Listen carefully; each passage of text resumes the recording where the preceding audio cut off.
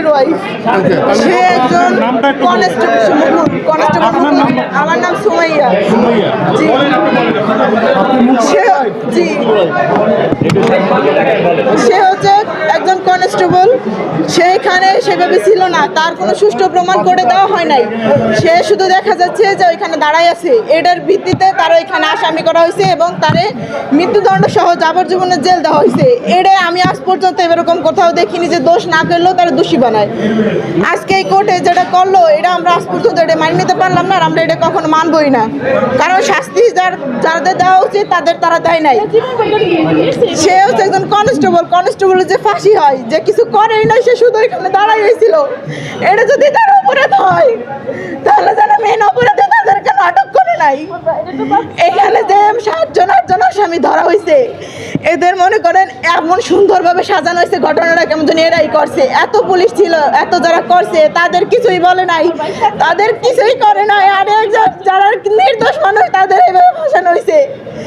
একজন কনস্টেবল সে কখন এগুলো করে নাই, সেগুলো ভিডিও ফুটেজে দেখা যাচ্ছে। তারপরেও তার এগুলো শাস্তিগুলো দেওয়া হইলো। এগুলো আমি প্রসিকিউশনের কাছে জিজ্ঞেস করতে চাই, তারা কেন এরকম করলো? তারা কি একটু ঠিক মতো এটা ঠিক করতে পারলো না? একটু তদন্ত করলে এটা বেরোইতে পারতো যে তারা এগুলো করছে কি করে নাই। তারা এগুলো ঠিক মতো তদন্ত করলো না, না করে তাদের একজন কনস্টেবল মানুষের যে ফাঁসি দিল, এগুলো কি ঠিক করলো তারা? এই বাংলাদেশের মাটিতে যে এটা দেখতে হবে, এটা আমি আগে কখনো ভাবতে পারি নাই। আসসালামু আলাইকুম প্রিয় সাংবাদিক ভাইয়েরা, আমি এসআই আব্দুল মালেক আশুলিয়া থানার কর্মরত ছিলেন। ওনার বড় ভাই মোহাম্মদ গোলাম হোসেন, বাবার নাম মোয়াজ্জেম হোসেন, গ্রাম ডুবাইল, থানা গোপালপুর, জেলা টাঙ্গাইল।